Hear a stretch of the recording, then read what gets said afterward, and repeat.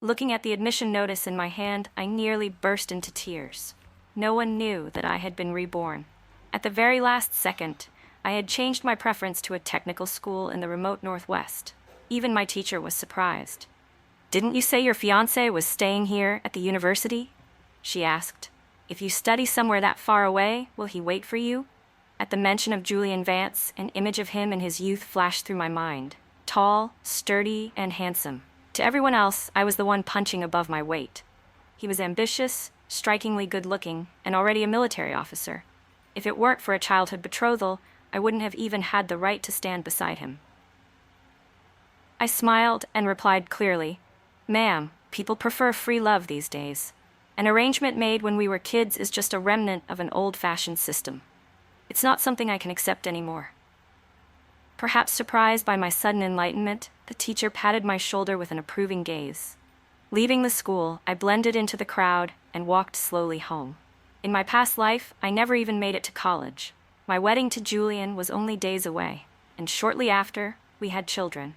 My education was shelved forever. Not long after staying at the university, Julian chose to enlist, and from then on, we lived in two different worlds. Out there, he climbed the ranks step by step. Wherever he was stationed, Sarah Miller and her daughter moved there too. Meanwhile, I was trapped in a tiny corner of the world, serving my parents-in-law and raising children day after day. I watched my children go from babbling toddlers who clung to me to distant strangers who slowly drifted toward Julian. Later, I only found out my son had married Sarah's daughter after the wedding was over. I only happened to see the wedding photos through an old friend. In those pictures, as my son and his bride served tea, Julian sat beside Sarah, the two of them smiling with such intimacy it was an eyesore. After that, my son urged me to divorce more than once. "Mom," he'd say, "Dad has suffered his whole life. If it wasn't for you, he would have been with my mother-in-law a long time ago. No matter how I look at it, you aren't a match for him. Why won't you just let go?" My daughter-in-law wouldn't even deign to meet me once. But what could I do? I was bitter. I was bitter because I had stayed up night after night caring for my parents-in-law when they were bedridden, while he was out enjoying himself with his mistress. I was bitter because when my child had a high fever in the middle of the night, I ran 3 miles barefoot to the doctor while he was busy tutoring someone else's daughter. And I was bitter most of all because I gave my entire life for that home, yet he, the kids, and everyone else said I was never good enough for him. They blamed me for not letting go. So I stubbornly held on. The years of hardship left my face lined with wrinkles, my appearance haggard and old.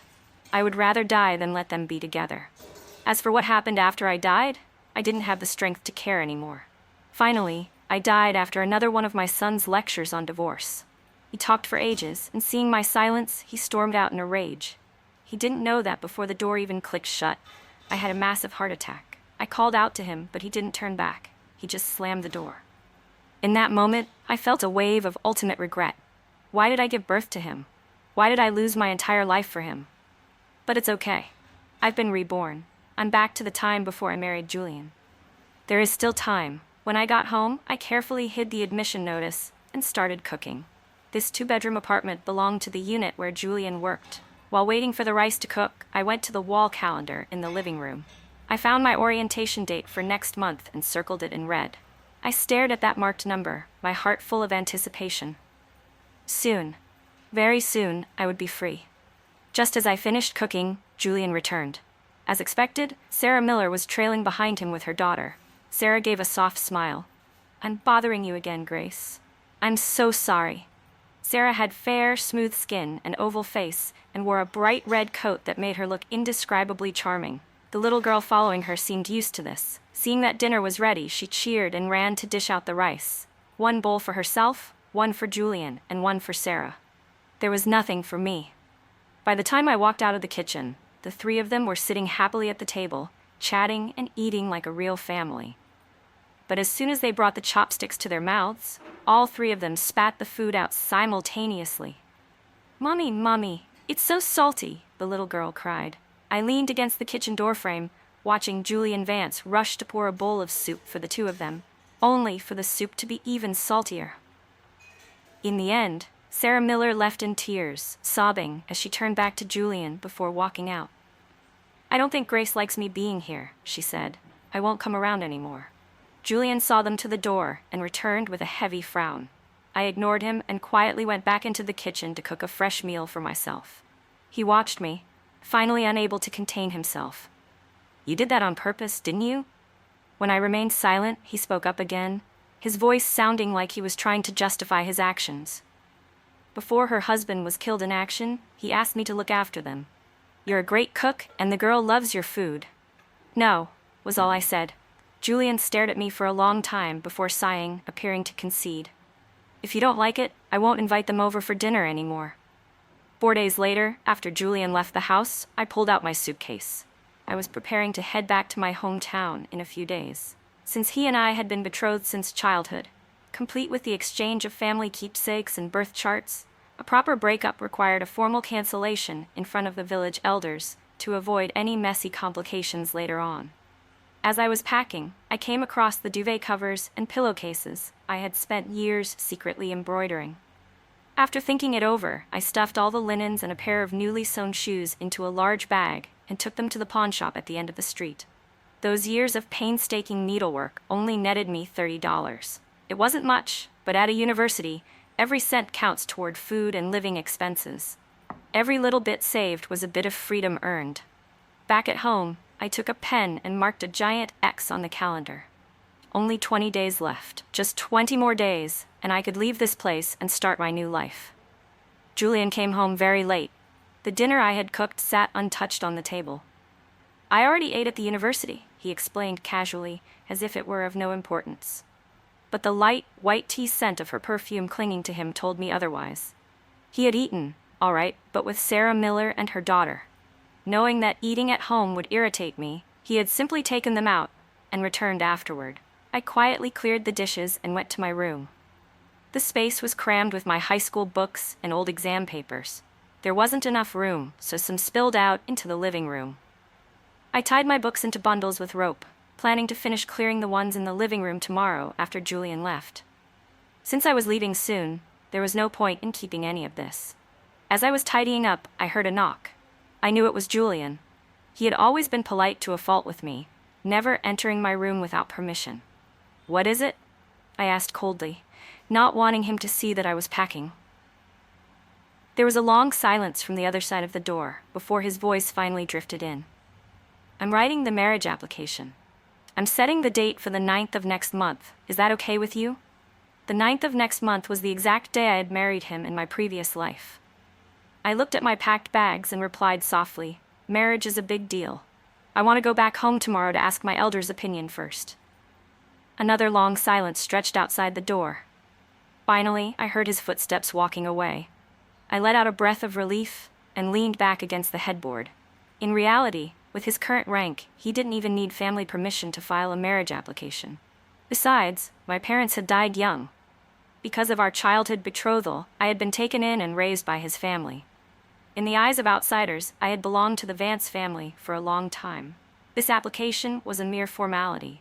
Julian was handsome, had a stable career, and treated me well enough. Anyone could see that my heart had long been set on him, and that I owed the Vances a great debt. But in my last life, I used my entire existence to pay that debt. In this life, I owe them nothing. This time, I'm taking my own path, a path without Julian Vance. The next morning, I was surprised to find that Julian had prepared breakfast. 8 treasure porridge and fried eggs, my favorites. In the last 3 years, I had rarely seen him do anything like this. I sat down in the kitchen, the silence broken only by the slight clinking of my spoon against the bowl. Suddenly, Julian looked up. I'll put in for some leave and go back home with you. I froze and instinctively shook my head. I'll drive you, he said, frowning at me. It's not safe to go alone. I was still searching for an excuse to refuse when a little girl came running through the door. Daddy, she cried. She had 2 pink bows tied in her hair and threw herself straight into Julian's arms. Nia, what are you doing here? Where's your mom? He reflexively turned to look toward the door. The little girl looked up, her large, round eyes watching me cautiously. Mommy said Auntie doesn't like her, so she was scared to come in. I looked at the girl in silence. This was the person who, in my previous life, had married my son, but never once appeared before me. Even at 3 years old, her features were already delicate and beautiful. It was no wonder that even though she was 4 years older than my son, he had always worshipped her and her mother like goddesses. It didn't take a genius to know that Julian Vance would hurry off with Nia. The moment the little girl mentioned that Sarah Miller wasn't feeling well, he didn't say a single word to me. He just picked the child up and rushed out immediately. I let out a dry laugh. Actually, that worked out perfectly. I didn't have to scramble for an excuse to head back to my hometown alone anymore. I picked up a pen, walked over to the wall calendar, and drew a large X over today's date. 19 days left. I quickly cleared the rest of the books from my room, gathered the notebooks and exam papers from the living room, and tied them into neat bundles. After selling everything, I set off for the countryside with $13 in my pocket. Returning this time was about one thing: officially breaking my engagement to Julian. His parents had always treated me well, but convincing them to agree to call off the wedding wasn't as hard as one might think. All I had to say was that Julian was on a fast track to a major promotion, and that he and I were no longer a good match. The countryside was quiet and still. In the yard, a small fire flickered, casting dancing shadows while mosquitoes buzzed in the air. I sat by the base of a dirt wall, pressing a wooden board over tobacco leaves and carefully slicing them into thin ribbons with a knife. My aunt and uncle sat on the doorstep, silent for a long time. Finally, they let out a heavy sigh and tried to reason with me. "Honey, even if he has someone else in his heart, you two have a formal betrothal. If he dares not to marry you, your uncle here will give him a piece of his mind. Your parents are gone, and they trusted us to look after you before they passed. If you do this, you'll be all alone." Seeing that I wouldn't budge, they glanced at each other and shook their heads in helplessness. "Why do you have to be so stubborn? Fine, let's go see the village captain." I followed them silently to the village headquarters. We obtained the official confirmation to dissolve the engagement, and the betrothal keepsakes from years ago were returned. Standing before the village elders, as I took the tokens back, I let out a soft sigh of relief. I helped my aunt and uncle back to the house. I understood they only wanted what was best for me. After all, a man like Julian Vance was a prize in everyone's eyes. Even his own parents couldn't fathom why I was so determined to call it off. But I couldn't tell them the truth. I couldn't tell them that I had suffered enough in my past life, only for my only son to fall in love with Sarah Miller's daughter, and for them to become a happy family while I spent my life in isolation. The engagement was finally over. My aunt and uncle patted my hand gently. "From now on, you're just like our own daughter." I didn't tell them about my plan to study in the Northwest, but I stayed in the village for another 2 weeks. When it was time to leave, they walked me all the way to the edge of town, constantly nagging me. "Remember, this is your home. You must come back and visit us often. Do you hear?" It wasn't until I reached the bus station to buy my ticket that I found $200 tucked into my pocket. They must have slipped it in without me noticing. Standing there, I couldn't hold back my tears. As soon as I got back to the apartment, the first thing I did was take a red pen and mark 15 large X's on the calendar. 4 days left, only 4 more days. I was just about to carry my luggage into my room when I heard the door open. Julian had returned from work, but he wasn't alone. Sarah and Nia were with him. "You're back," he said, looking a bit surprised to see me. Sarah simply gave me a slight nod, and then, quite naturally, walked straight into my bedroom. I frowned as she closed the door behind her, as if it were her own room. All the things I had kept in there were now piled haphazardly in the living room. I turned to look at Julian. He paused for a moment as if just remembering something, then explained. "Oh, there was a heavy rain a few days ago and Sarah's roof started leaking. She's staying here for a couple of days. Since you weren't home and didn't have many belongings, I let her use your room for now." He hadn't even bothered to ask me. He just moved my things out to make room for someone else. He watched my reaction, paused, and then continued. "Anyway, just move your stuff into my room for now. You can stay in there with me." He opened his bedroom door as he spoke. "By the way, did you reorganize? Where are all your books and papers?" I looked at the small bag he had tossed onto his bedside table and bit my lip. It made sense. This was his house, after all. Whatever he did with it was none of my business. I replied indifferently. "The college entrance exams are over. Keeping those books was useless, so I sold them all." Julian's brow furrowed. "Even if the exams are over, those books could still be useful later. Why would you just sell them? I didn't answer. Seeing my silence, he didn't push further. He just shifted the topic. So, what did the folks back home say? He naturally reached out to take the luggage from my hands. I stiffened for a second but kept my composure. I found a specialist to look at the dates, and that day isn't auspicious. We should discuss it later. This was the excuse my aunt, uncle, and I had agreed upon, to stall for a few days until I left, then tell him the truth. Julian didn't seem to suspect a thing. He just gave a slight nod and muttered, "I guess we'll have to pick another day then." He turned to leave the room, telling me to get some rest while he went to cook dinner. I watched his retreating back, then lowered my eyes to the desk. By the window, the marriage application was already filled out, with only the date left blank. I froze for a moment before pulling my gaze away, intending to go out and give him a hand. But just then, a soft conversation drifted from outside. A man's deep murmur, a woman's gentle tone, and a child's bright, chirpy voice. The three of them sounded like a real family. I sat back down in my chair silently. After all, I had already canceled the engagement. Living in the same house was no longer appropriate, let alone sharing a room. But with only 4 days left, I couldn't find a suitable rental immediately. After thinking for a while, I decided that after dinner, I would simply sleep on the floor in the living room. After a long day of traveling, I intended to go to bed early, but Sarah Miller was full of energy. She wore a white dress and began dancing right there in the living room, even spreading out a mat to do stretching exercises. On top of that, Nia was running back and forth through the house. Julian even let her use his bed as a trampoline, jumping up and down until I finally had to make an excuse to go get some water. I grabbed my wash basin and stepped out of the house. Once outside, I took a deep breath. "Oh, Grace, when did you get back? Didn't you say you were visiting your in-laws?" Mrs. Flower, the neighbor, called out when she saw me carrying my basin. "I just stayed for a few days. I got back today," I replied. Mrs. Flower was a close neighbor. Her husband worked as an accountant at the coal mine, and they were quite well off. Every time she made fried cakes or anything delicious, she always brought a portion for me. So we were on good terms. She looked at me, seemingly about to say something, but she glanced behind me and quickly pulled me a few steps further away. When we reached the well, she poked my forehead hard, her voice full of regret. "You really are a fool. What's so good about that woman? Her husband is dead, yet she still struts around everywhere. Why on earth did you let someone like that into your home? Oh, Grace, you're just too young and naive. Your Julian is the kind of man other women drool over, and here you are, inviting trouble into your own house. Are you crazy?"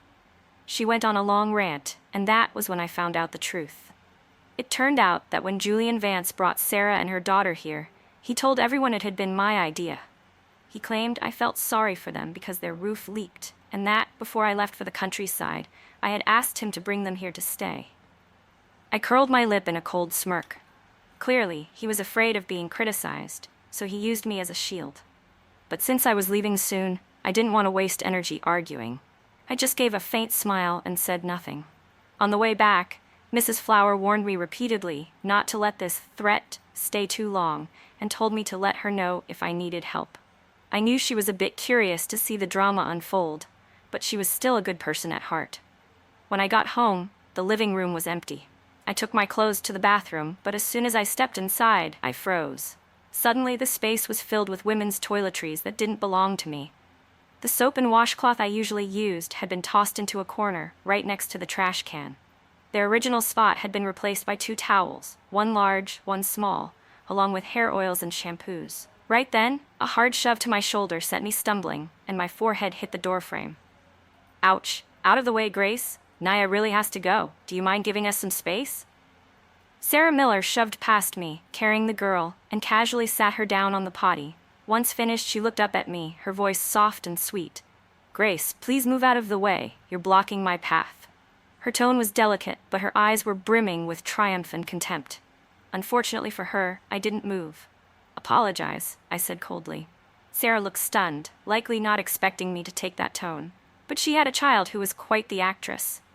Nia already disliked me, and seeing the tension between me and her mother, she lunged forward, gave me a hard push, and wailed at the top of her lungs, "You're mean. You're mean. You're bullying my mommy. You're a monster." Hearing the crying, Julian Vance came rushing out of the room. What happened? Why is she crying? He hurriedly scooped the girl up to comfort her. Sarah's eyes turned red, and her voice was shaky.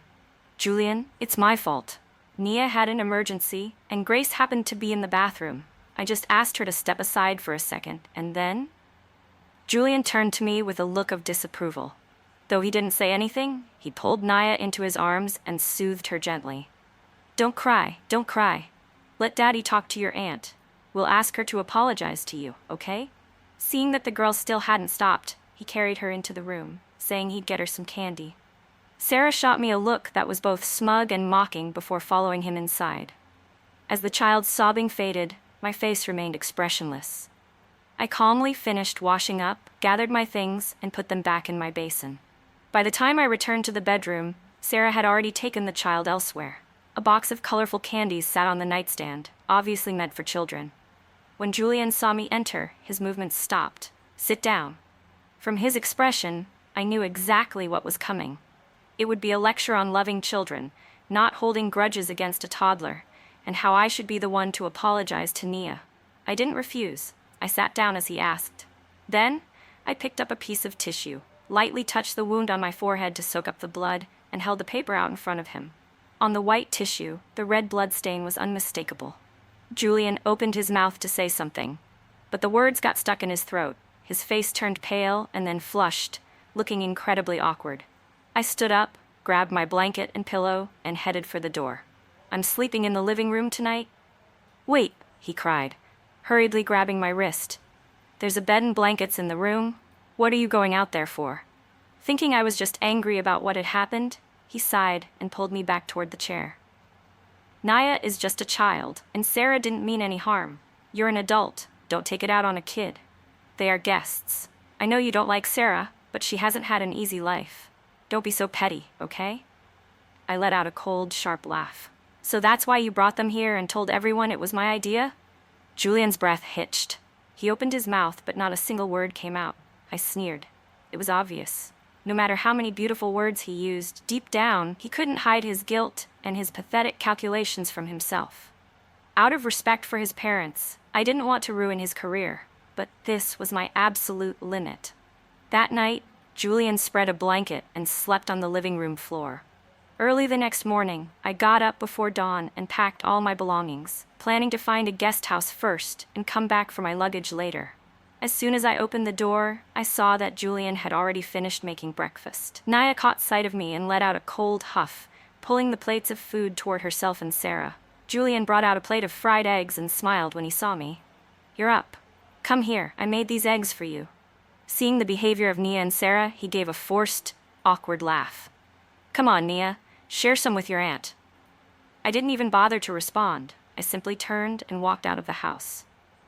The nearest guest house was only a block away. I rented the cheapest room, $21 for 3 days. After paying the deposit, I stopped by a breakfast stall on the way back to buy some steamed buns and fried dough sticks. But when I got home, I stood frozen in shock. My luggage had been ransacked, and my belongings were scattered everywhere. Even worse, my admission notice had been torn out by Nia and was sitting on the table, being folded into paper airplanes. My head felt like it was going to explode. What are you doing? I screamed, lunging forward to snatch the notice out of the girl's hands. Startled by my outburst, Nia fell from the table to the floor. Her ear-piercing wails brought Sarah Miller rushing out of the other room in a panic. Grace, what are you doing? Who gave you the right to bully Nia? She shoved me hard and scooped the child up, coddling her with exaggerated heartbreak. I was shaking so hard I could barely stand. My hands trembled as I smoothed out the admission notice, checking every single word. I'm bullying her? Didn't you see what your daughter just did? Who gave you people the right to touch my things? Get out. Get out of here right now. Sarah stood up with the child in her arms and looked at me coldly, her voice dripping with mockery. Humph. You aren't even married to Julian yet. What right do you have to kick me out? She started toward the door but paused at the threshold to look back at me, her eyes full of disdain. Even if you do marry him, you'll never win against me. Slam! The door shook as she stormed out. Every time Julian wasn't around, Sarah showed her true colors. In the past, I had been insecure and weak. Sarah was beautiful, had a prestigious job, and was the star of the performing arts troupe. I always felt like I couldn't compare to her. But after living an entire lifetime, I finally understood. Why on earth should I compare myself to her? In Julian Vance's heart, Sarah was obviously more important than me. But was he all I had in this life? I could go to college. I could serve my country. I could step out and see the vast world, while this muddy swamp was only holding me back. After finishing my packing, I took the red pen and drew another giant X on the calendar. Only 3 days left. I slung my backpack over my shoulder and headed straight to the guest house. When I first woke up in this life, I thought about going to Sarah's workplace to make a scene. She had ruined my entire life, and I felt like I was choking on my own rage. But what would that accomplish? As long as Julian was there, even if Sarah lost her job, he would support her forever. To her, it wouldn't be a devastating blow. As long as I still cared for the parents who raised me, and as long as I didn't want to personally destroy Julian's career, Sarah would always hold the winning hand. Ultimately, the problem was the man himself. Sarah's husband had plenty of comrades. Why was no one else looking after them? Why was Julian the only one acting as Naya's daddy? Huss. Once at the guest house, I reorganized my bags and took out a sheet of paper to write Julian a farewell letter. Putting aside the fact that he was always absent after our marriage and his lifelong entanglement with Sarah, he had provided for me during my 3 years of high school and occasionally helped me with my homework. For that alone, I owed him a clear explanation. In the letter, I wrote that I had gone home to cancel the engagement and that I had been accepted into a different university. From now on, our paths would diverge, and we would have nothing more to do with each other. I was halfway through when there was a knock at the door. Thinking it was the guest house staff, I opened it. To my surprise, it was Julian Vance. He was covered in dust, looking like he had been running around searching for a long time. The moment he saw me, he let out a massive sigh of relief. As if a heavy weight had finally been lifted, he panted, "I finally found you. You're safe. That's all that matters. You're safe." I remained silent, expecting him to open his mouth and scold me, but he didn't. "All right, don't be angry anymore. Come home with me." Julian Vance walked straight into the room and began helping me pack my things. I quickly shoved some notebooks over the half-finished letter I was writing. However, his eyes landed on the silver bracelet tucked in my luggage. His expression shifted instantly, and he snatched it up. "Grace, why is this with you?" I stiffened, mentally kicking myself for not hiding it better. Earlier that afternoon, Nia had been rummaging through my things and broke the small bell off the bracelet, so I had just finished repairing it. But this bracelet was the betrothal token between him and me. I had reclaimed it from the Vance family earlier. Julian stared at me, his expression turning strange. "Wait, this should be with my mother. Why do you have it?" I scrambled to find a logical excuse, but he suddenly let out a laugh, providing his own answer. "I get it. My mother must have told you to bring it to me, right?" He placed the bracelet back into my luggage, his tone perfectly natural. "Just keep it. We're getting married soon anyway. What's mine is yours. You might as well hold on to it all." I let out a soft breath of relief, but my hand remained firmly on my luggage. Julian furrowed his brow. "What? Still mad? Look, Naya was wrong, but she's just a child. Don't overreact. Do you have any idea how worried Sarah was when you disappeared? She went out alone tonight to look for you, and fell, scraping her knee. She's stuck in bed right now. It's strange. Nia is usually such a good girl. Why is it that every time you're around, something happens?" He was about to continue, but the moment he caught my gaze, the words seemed to choke in his throat. I suddenly burst out laughing. "You know, this afternoon your daughter went through my things. I told her to get lost. But your Sarah told me I had no right to kick her out. She even said that even if I married you, I could never win against her." I slowly watched his face, observing as his expression gradually crumbled. "What do you mean, my daughter? She's just my goddaughter." I ignored his protest and kept going. "You always use the excuse of looking after a widow and her child to get close to her. But think about it. If her husband knew how you were looking after his wife, would he even be able to keep his coffin lid closed?" I spoke calmly, but my words were like a sharp blade, tearing through the hypocritical facade Julian had built for himself. His face went pale, and he staggered back. After a long silence, he struggled to speak. "If you don't want to come home, then stay here and think things over. I'll come back for you in a few days." He turned and fled like a man escaping for his life, looking utterly pathetic. I never wanted to hurt you. I'm filing the marriage application tomorrow. I heard his stumbling footsteps fade away and calmly closed the door. It was ridiculous. It was as if, in his eyes, agreeing to marry me was some grand favor, like I should be grateful to him for the rest of my life. The next day, I went to see my teacher to pick up my train ticket. Fearing I wouldn't be able to get a seat, he had pulled some strings early on to secure one for me. He even contacted some acquaintances in the Northwest, asking them to look out for me. I had lunch with him, and in the afternoon, I went to the market to buy some local specialties to bring as gifts for my college roommates. That night, I went to bed very early. I thought I would toss and turn all night, feeling regret or overthinking, but surprisingly, I fell asleep almost instantly. The following morning, I handed the letter I had written to the guest house receptionist and asked them to deliver it. Then I checked out, grabbed my luggage, and headed straight to the train station. After 2 days of swaying on a bumpy train, where I could only catch fitful bits of sleep, I finally arrived at the campus. Only then did I truly breathe a sigh of relief. Once the enrollment procedures were finished, I quickly dived into the intense rhythm of my studies. In my past life, I never had the chance to step through a university gate, so I cherished this opportunity immensely. Aside from eating and sleeping, I spent every waking moment in the classroom or the library. The first letter from Julian Vance arrived 3 months after I started school. I wasn't surprised he found me. A month prior, I had received a letter from my teacher saying Julian had come looking for him and discovered I was in the Northwest. In his letter, he wrote that he didn't agree to call off the engagement. In my heart, you are always my wife. There's truly nothing between Sarah and me. I know you don't like her, so I told her to leave. We won't see each other again. I will definitely wait for you to come back. At the end of the letter, he included $100 in cash. I folded the letter and put it away. I didn't reply, and I didn't touch the money. The workload at the university was heavy. I had planned to find a part-time job. Even though my grades were at the top of the class and I received a scholarship, my monthly living expenses were still a struggle. My teacher found out and gave me a scolding, after which he began sending me $50 every month. In his letters, he emphasized that this was just a loan. At the end of the letter, my teacher added a rare touch of humor, writing, "Don't worry, my wife knows about this and she's fully on board." But for some reason, tears suddenly began to fall. In my previous life, no matter how much suffering I endured, I felt rage, resentment, and regret, but I never shed a single tear. I thought I would be the same in this life. But in this moment, the dam broke, and my tears were unstoppable.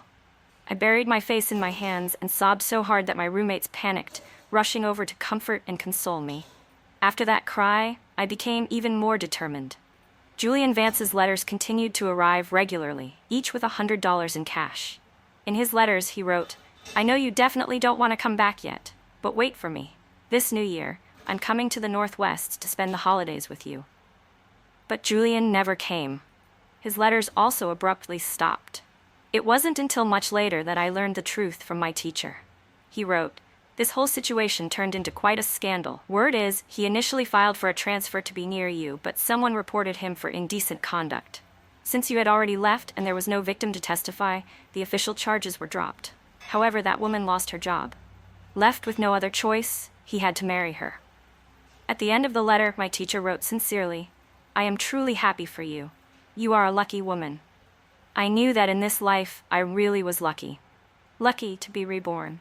Lucky to have returned before filling out my college applications. Lucky to have escaped the swamp of my past life. Much later, I received one final letter from him. His first words were an apology. He went on to write, "The person who reported me was actually Sarah Miller. She knew I had applied for a transfer and begged me to stay, but I refused. So she took a gamble, and she won. She got her marriage." Julian wrote that only much later did he understand the meaning of the red X marks on the calendar in my living room. Before, he had always thought those were the days I was counting down until our wedding. I gave a faint, cold smile. Then I burned every single one of his letters. As for the money Julian had sent me, I sent the entire amount back to my teacher, asking him to give it to people who needed it more than I did. 2 years later, before I had even graduated, I joined the nation's Project 201 construction team. I dedicated the rest of my life to my country, never caring if or when I would ever return. Julian's perspective. That day at the guest house, after hearing Grace's words, I was both enraged and horrified. When I got home, I locked myself in my room for 3 days. I knew I had truly messed up. My mistake was that while waiting for Grace to grow up, I let my heart waver. My mistake was that through all those times helping Sarah Miller, I slowly forgot I already had a fiancé. Sarah's gentle, submissive nature and Nia's lively innocence had blurred my vision, making me lose sight of my boundaries. By the time I snapped out of it, I realized I had made a catastrophic error. I decided to go find Grace, but when I got to the guest house, it was too late. She was gone. She had left me behind. I asked so many people, but no one knew where she went. It wasn't until I tracked down her teacher that I found out she had gone all the way to the northwest.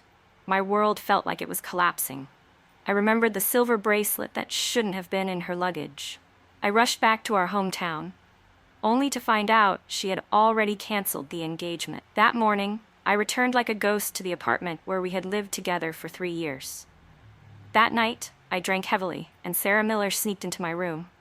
Afterward, she discovered my transfer application and immediately caused a scene. Then she lost her job, and her family came over to raise hell. In the end, I had no choice but to marry her. After the wedding, my friends gradually distanced themselves from me. I wrote letters to Grace, but she never replied. It was as if the moment she left that place, she vanished from my life forever. After marrying Sarah, she kept me on a very tight leash. If even the slightest thing went wrong, she would start a massive fight. My parents disliked her and were always comparing her to Grace. Slowly, she became frantic and unstable. I had many opportunities for promotion, but she ruined them every single time. Whenever I planned a transfer, she would scream, "You want to leave me, don't you? You want to go find that bitch, don't you?" Every time that happened, I could only manage a bitter smile, because I knew that now, Grace would find even the sight of me disgusting. I was nothing to her. As time passed, I watched my friends move up the ranks, while I remained stuck in the same position. From then on, Sarah started blaming me. She said I was useless, that she had lost her whole life just because she married the wrong man. She wanted more children, but couldn't conceive. In the end, we only had Nia. Nia grew up, got married, and had children, but she didn't get a good husband either. The man was abusive, unfaithful, and a gambling addict. Every day, Sarah would cry over her daughter, but when Nia wanted a divorce, Sarah opposed it with her life. Every time Nia fought with her husband, Sarah would turn her anger on me. "It's all because you're useless. If you had power and a high position, my daughter wouldn't be in this state."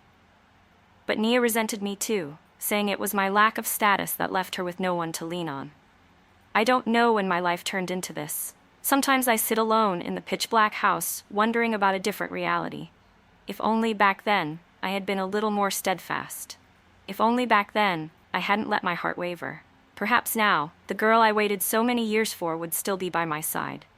But there is no such thing as if only, in this world. Later, Nia wanted a divorce but couldn't get one. She tried to run away but was caught and brought back, resulting in her being beaten within an inch of her life by her husband. I was old and couldn't help her. In the end, Nia committed suicide, leaving behind a child who was only 6 years old. I never imagined that in my twilight years, having lost our daughter, we would have to raise a 6-year-old. Looking at the child before me, I suddenly remembered that time long ago. It seemed as though there was once a youthful presence by my side, a girl who had given me her entire heart and soul. But I constantly find myself wondering, if I hadn't fallen for Sarah Miller back then, if I had stayed firm and held on to Grace, if we had gotten married back then, perhaps the ending would have been different. But exactly when I lost her, I can no longer remember. Looking back at my entire life, it has truly been utterly meaningless.